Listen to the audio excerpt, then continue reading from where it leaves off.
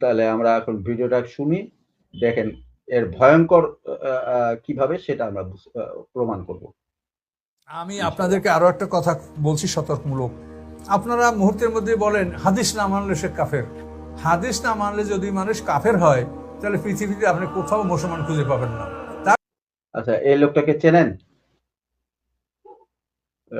হ্যাঁ, ইনারে তো দেখি মাঝে মাঝে কলে ইনার ভিডিও আমি দেখেছি। ইনি একজন মনে হয় ইমাম সাহেব, মুয়াজ্জিন, ইমাম সাহেব মসজিদের।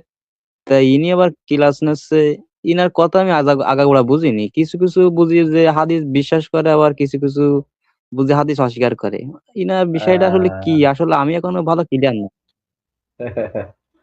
এই লোকের আজকের আমাদের পর্ব হচ্ছে ইয়ের কি বলে, এই লোক এই মানে এই লোককে নিয়ে আমরা এই পর্যন্ত 36টা ভিডিও করছি, লাইভ করছি 36টা। হ্যাঁ, আজকে হচ্ছে 37 নাম্বার পর্ব। হাদিস অস্বীকার করার যে প্রচেষ্টা, যে যে উদ্দেশ্যে করুক না কেন, এই প্রচেষ্টা হলো দিন অস্বীকার করার প্রচেষ্টা। সংশয়তার মধ্যে ঢুকাই দিচ্ছে।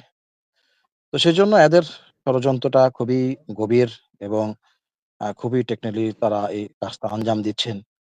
হ্যাঁ, জানি মুসলমানের মধ্যে মুসলমানের বাচ্চারা কোরআন থেকে দূরে সরে যায়, আল্লাহর হুকুম থেকে দূরে সরে যায়, হাদিস থেকে রাসূলের আদর্শ থেকে দূরে সরে যায়। এই ষড়যন্ত্রটি তারা চালাচ্ছেন। তো সেজন্য আল্লাহ পাক আপনাকে কবুল করেছেন। আল্লাহ পাক আপনাকে হেফাজত করেছেন এই সমস্ত কোরআন অস্বীকারী, কোরআন বিকৃতিকারী, আল্লাহর বিধান বিকৃতিকারী ব্যক্তিদের থেকে আল্লাহ তাআলা আপনাকে রহমত করেছেন এবং আপনি আপনার জায়গা থেকে সোচ্চার থাকবেন। যারা এই সমস্ত কথা বলবে তাদেরকে প্রতিহত করবেন। এটি আপনার দায়িত্ব। আল্লাহ তাআলা আপনার এই কাজকে কবুল করবেন। জি। রাজা ভাই তাহলে জি, ইয়েতে চলে যান।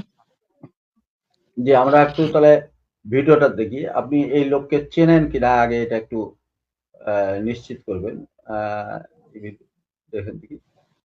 হাদিস না মান আমি এ- আপনাদেরকে এ- আরো এ- একটা কথা বলছি সতর্কমূলক। আচ্ছা, এই লোকটাকে চেনেন? হ্যাঁ, ইয়ে ইনারে তো দেখি মাঝে মাঝে কলে ইনার ভিডিও আমি দেখেছি। ইনি একজন মনে হয় ইমাম সাহেব, মুয়াজ্জিন, ইমাম সাহেব মসজিদের। তা ইনি আবার ক্লাস নিচ্ছে। ইনার কথা আমি আগাগোড়া বুঝিনি। কিছু কিছু বুঝি যে হাদিস বিশ্বাস করে, আবার কিছু কিছু বুঝি হাদিস অস্বীকার করে।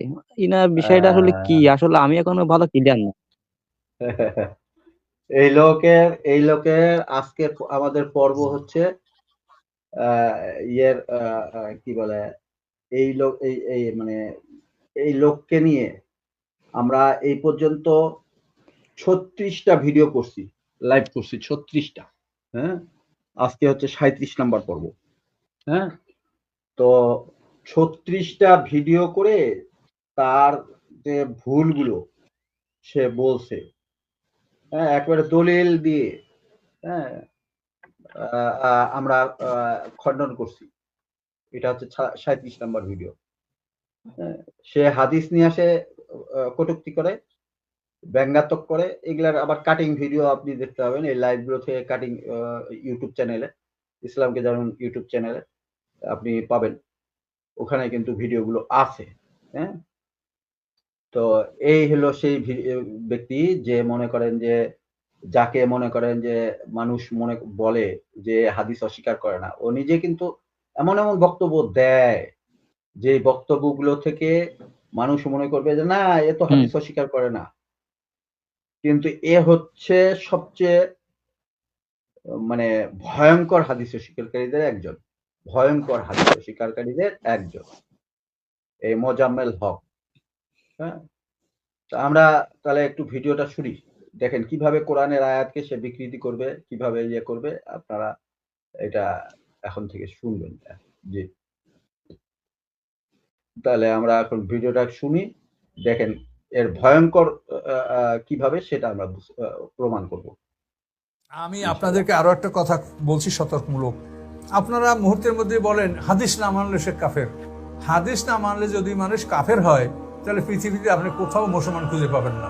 তার কারণ বিশুদ্ধ হাদিস, যে যে হাদিসটি মুসলিম শরীফের আচ্ছা, দেখেন, হাদিস অস্বীকার করলে সে কাফের।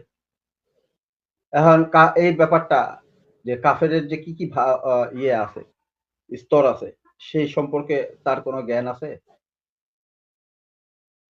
কেন বলে না। আলেম সমাজ যে বলে যে হাদিস অস্বীকারীরা কাফের, কি কারণে বলে? মন গড়া বলে, নাকি কোরআন হাদিসের দলিল দিয়েই বলে? এখন আল্লাহর নির্দেশ দিচ্ছে যে কাফের মানে কি? কাফের মানে হচ্ছে অস্বীকারী। আচ্ছা, এখন আল্লাহ নির্দেশ দিচ্ছে যে তোমরা রাসূল সাল্লাল্লাহু আলাইহি সাল্লামকে অনুসরণ করো। হ্যাঁ, এখন ওরা বলছে রাসূল সাল্লাল্লাহু আলাইহি সাল্লামকে কই পাবো? ভাই এই যে শব্দটা ব্যবহার করলো, হ্যাঁ, তাহলে তো সে সরাসরি আয়াতকে অস্বীকার করলো কিনা? ইয়া আ আ রকি ভাই? জি, জি। তাহলে যদি এই আয়াতকে এইভাবে অস্বীকার করে, তাহলে সে কুফরি করলো কিনা? আর কুফরি করলে হচ্ছে তো, তাহলে তো সে এক কুফরি প্রকার করে। কাফেরই হইল। তাহলে তো এক প্রকার কাফরি করলো। আরিফ ভাই, আমার যদি ভুল থাকে আপনি সংশোধন করে দিবেন। জি আরিফ ভাই বলেন। না, ঠিক আছে, বিষয়টা তো সেরকমই। আপনি কোরআনের কিছু অংশ মানলেন আর কিছু অংশ মানলেন না, তো আপনি আসলে মুসলিম হলেন কিভাবে?